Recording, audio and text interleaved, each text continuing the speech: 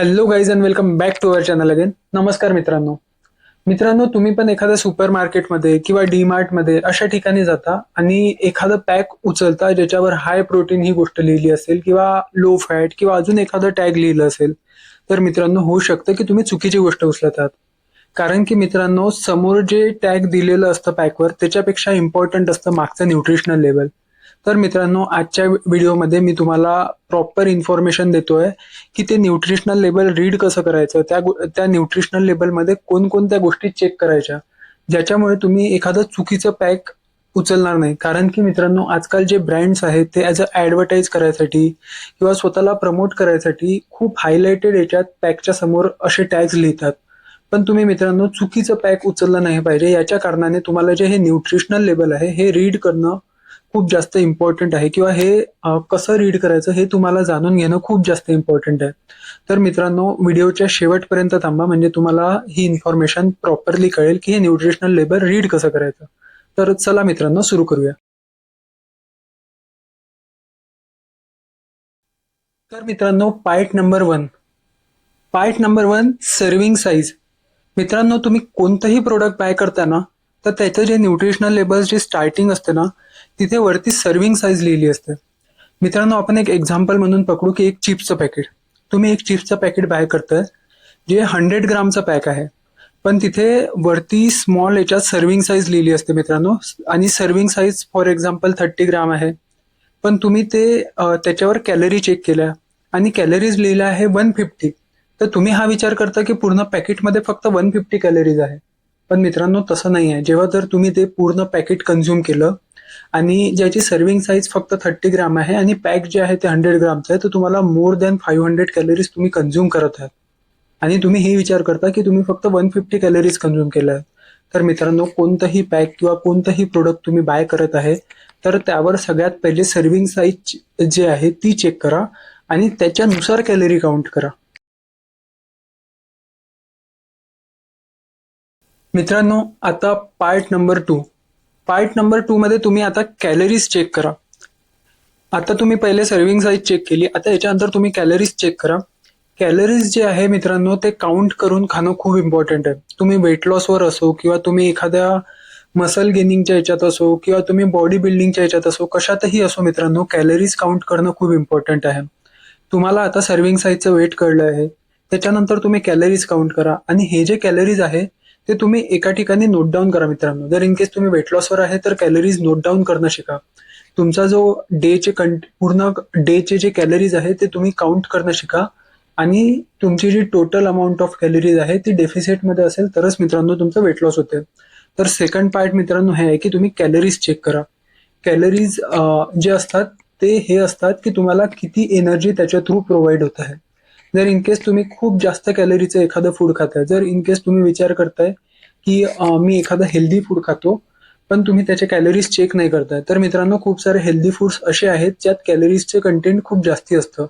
For example मित्रांनो, ओट्समध्ये पण प्रोटीनची quantity कमी असते मित्रांनो आणि कॅलरीज खूप जास्त असतात. तर तुम्ही हे विचार करून खाताय की हेल्दी फूड आहे आणि मी न कॅलरी चेक करता पण खातो, तर मित्रांनो होऊ शकते की तुम्ही इथे एक चुकी करत आहात. तर मित्रांनो, सेकंड पार्ट हे आहे की तुम्ही कॅलरी काउंट करणं शिका, कॅलरी चेक करत जा. मित्रांनो, आता पार्ट नंबर थ्री मध्ये मित्रांनो तुम्ही आता प्रोटीन चेक करा. जर मित्रांनो एखादी सर्विंग साईज तुम्ही आता चेक केली आहे तर सर्विंग साईजच्या नुसार तुम्ही प्रोटीन काउंट करा की तुम्हाला जर इन केस 100 ग्राम मध्ये इतका आहे आणि तुमची सर्विंग साईज जर 30 आहे तर तुम्हाला 30 नुसार किती ग्राम प्रोटीन मिळत आहे. मित्रांनो, जर तुम्ही माझ्यानुसार पकडलं तर तुम्हाला हर सर्व मध्ये near about 7 to 10 gram protein मिळत असेल तर ती गोष्ट चांगली आहे. जर मित्रांनो इन केस तुम्ही आता कॅलरीज चेक केल्या आणि तुम्ही प्रोटीन चेक केलं आणि तुम्हाला जर वाटलं की याच्यात 10 ग्राम प्रोटीन भेटत आहे, पण तुम्ही मग जर कॅलरीज चेक केल्या आणि कॅलरीज खूप जास्त आहे, तर मित्रांनो असं नाहीये की ते पण फूड हेल्दी आहे. जर इन केस मित्रांनो एखादा हाय प्रोटीन फूड आहे पण त्यात एक्स्ट्रीम जास्त कॅलरीज आहे, तर मित्रांनो तुम्ही ते पण अवॉइड करू शकता. जर इन केस तुम्ही वेट लॉसवर आहे तर तुम्हाला कॅलरीज डेफिसिट राहणं आणि त्यात पण प्रोटीन इंटेक प्रॉपर राहणं हे इम्पॉर्टंट आहे. तर मित्रांनो, तुम्ही पार्ट नंबर थर्ड म्हणजे प्रोटीन चेक करा की किती ग्राम ऑफ प्रोटीन तुम्हाला पर सर्विंग साईज मध्ये मिळत आहे आणि त्याच्यानुसार प्रोटीन काउंट करा. मित्रांनो, आता पार्ट नंबर 4 म्हणजे मित्रांनो, तुम्ही त्या न्यूट्रिशनल लेबलवर शुगर चेक करा. आणि शुगरमध्ये तुम्हाला मित्रांनो ते दोन गोष्टी दिसेल. एक आहे टोटल शुगर, एक आहे ॲडेड शुगर. मित्रांनो, ज्या पण गोष्टीमध्ये ॲडेड शुगर आहे म्हणजे तुम्ही म्हणजे त्या प्रोडक्टमध्ये रिफाईंड शुगर ॲड केलेली आहे आणि रिफाईंड शुगरचं कन्झम्पशन तुमच्यासाठी ते हेल्दी नाही आहे मित्रांनो. आणि इन केस मित्रांनो तुम्ही टोटल शुगर सुद्धा चेक करत आहे, तर हे सुद्धा त्याच्यासोबत चेक करा की ती टोटल शुगर येत कोणत्या गोष्टीपासून आहे. मित्रांनो, आजकालच्या प्रोडक्टवर कसं येतं माहिती आहे का, की त्याला प्रोडक्टला स्वीट बनवण्यासाठी त्यात खूप साऱ्या अशा गोष्टी यूज होतात. जसं की फॉर एक्झाम्पल आपण एक प्रोटीन बार खातोय ज्यात टोटल शुगर 10 ग्राम आहे आणि ॲडेड शुगर 0 ग्राम आहे. तर मित्रांनो, असं नाही आहे की ती गोष्ट हेल्दी झाली. त्यात जी शुगर आहे जर इन केस ती डेट्स पासून सुद्धा येत असेल, पण तरी सुद्धा त्यात कॅलरीज जे आहे ते खूप जास्त इन्क्रीज होतात, कारण की ॲडेड शुगर नसलं तरी पण जी टोटल शुगर आहे ती खूप जास्त आहे. तर मित्रांनो, एखादा जण असं असेल की तो वेट लॉसवर आहे, तर त्यांनी टोटल शुगर सुद्धा चेक केली पाहिजे. मित्रांनो, आता पार्ट नंबर 5 मध्ये तुम्ही मित्रांनो त्या न्यूट्रिशनल लेबलवर फॅटची क्वांटिटी चेक करा. मित्रांनो, जे हेल्दी फॅट्स असतं ते तुमच्यासाठी चांगलं आहे. पण मित्रांनो, जे प्रोडक्ट आहेत त्यात ट्रान्स फॅट जे आहे ते झिरोच असलं पाहिजे. जर इन केस तुम्ही एखादं फूड ॲज अ हेल्दी म्हणून खात आहे, तर त्या ट्रान्स फॅटची जी क्वांटिटी आहे ती झिरो असली पाहिजे. आणि मित्रांनो, सॅच्युरेटेड आणि अनसॅच्युरेटेड फॅट पण चेक करा. मित्रांनो, एखादं प्रोडक्ट असं असेल ज्यात सॅच्युरेटेड फॅट आहे, तर त्याचं डेली कन्झम्पशन जे आहे ना हे अवॉइडच करा. मित्रांनो, आता पार्ट नंबर 6 तुम्ही इन्ग्रेडियंट लिस्ट चेक करा मित्रांनो. आणि इन्ग्रेडियंट लिस्टमध्ये मित्रांनो जो पण तुम्हाला फर्स्ट इन्ग्रेडियंट दिसत आहे त्याचं मिनिंग ते आहे की तो इन्ग्रेडियंट त्या प्रोडक्टमध्ये सगळ्यात जास्ती आहे. आणि मित्रांनो, तुम्ही इन्ग्रेडियंट लिस्टमध्ये चेक करताना जर इन केस तुम्हाला शुगर, पाम ऑइल किंवा मैदा अशा गोष्टी जर दिसत असेल, तर मित्रांनो तुम्ही ते फूड अवॉइड करा. आणि जर इन केस मित्रांनो तुम्हाला इन्ग्रेडियंट लिस्टमध्ये ओट्स, ड्राय फ्रुट्स किंवा सोय प्रोटीन किंवा अशा हेल्दी गोष्टी जसं की मिल्क मिल्क प्रोडक्ट्स अशा जर गोष्टी दिसत असेल ना मित्रांनो, तर त्या गोष्टी हेल्दी आहेत, तुम्ही ते कन्झ्युम करू शकता. मित्रांनो, एक्झाम्पल म्हणून सांगतोय की एखादं तुम्ही फूड चेक करत आहात आणि तुम्ही त्यावर फर्स्ट इन्ग्रेडियंट हे चेक केलं की रिफाईंड व्हीट फ्लोअर. तर मित्रांनो, त्याचं मिनिंग असं नाही आहे की त्यात गव्हाचं पीठ आहे. मित्रांनो, रिफाईंड व्हीट फ्लोअर म्हणजे होतो मैदा.